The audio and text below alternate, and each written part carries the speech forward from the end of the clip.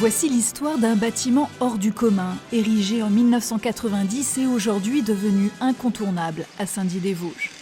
La population a eu du mal à l'adopter pour certaines personnes. Il y en a toujours qui ont du mal et qui la détestent. Alors que moi je dis c'est réellement la beauté de la ville. On a bien sûr beaucoup de monuments architecturaux parce que la ville est classée un petit peu partout. Mais la Tour de Liberté, c'est le symbole de Saint-Dié-des-Vosges. La direction régionale des affaires culturelles souhaiterait labelliser l'édifice comme architecture contemporaine remarquable. Une reconnaissance pour le travail singulier et innovant de l'architecte vosgien Nicolas Normier qui confiera la construction à une entreprise locale pour l'implanter au cœur du Jardin des Tuileries à Paris pour le bicentenaire de la Révolution française. Fabriqué, érigé dans des conditions d'extrême urgence, disons, il a fallu un répondant d'entreprise extraordinaire pour réussir le pari.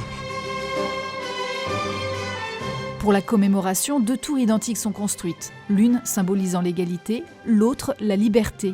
Des monuments conçus pour être éphémères que François Mitterrand, le président d'alors, souhaite un temps conserver aux Tuileries. Des travaux sont nécessaires pour pérenniser ces œuvres d'art. La Belgique, l'Allemagne, Israël et des villes françaises comme Épinal s'y intéressent. Or, en fait, les coûts de montage, les coûts de pérennisation, les coûts de transport et remontage faisaient qu'elle coûtait beaucoup plus cher que ces jardins ne s'y attendaient. Et ça n'a jamais abouti ailleurs qu'à Saint-Dié-des-Vosges. Et à l'époque, nous avions un chômage de 15%.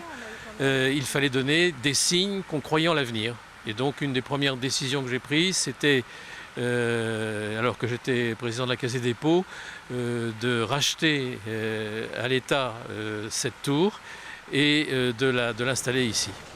Si sa jumelle sera démontée, la Tour de la Liberté surplombe donc le centre-ville de Saint-Dié du haut de ses 36 mètres. Malgré une structure à l'allure fragile et 1440 tonnes d'acier, elle a été réfléchie pour supporter des rafales allant jusqu'à 200 km/h.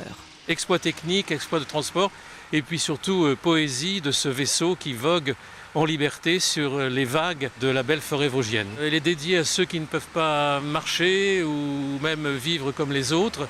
Reste à entretenir l'édifice qui lutte contre les affres du temps. On a fait même des études à l'intérieur avec des caméras qui sont passées à travers les supports et tout, et on n'a aucun souci de ce côté-là. Après, bon, c'est la rouille en extérieur, il faut la nettoyer, il faut bien sûr remettre de l'anti-rouille et repeindre. Pour être effectif, le label patrimoine contemporain remarquable doit être accepté par le préfet de région.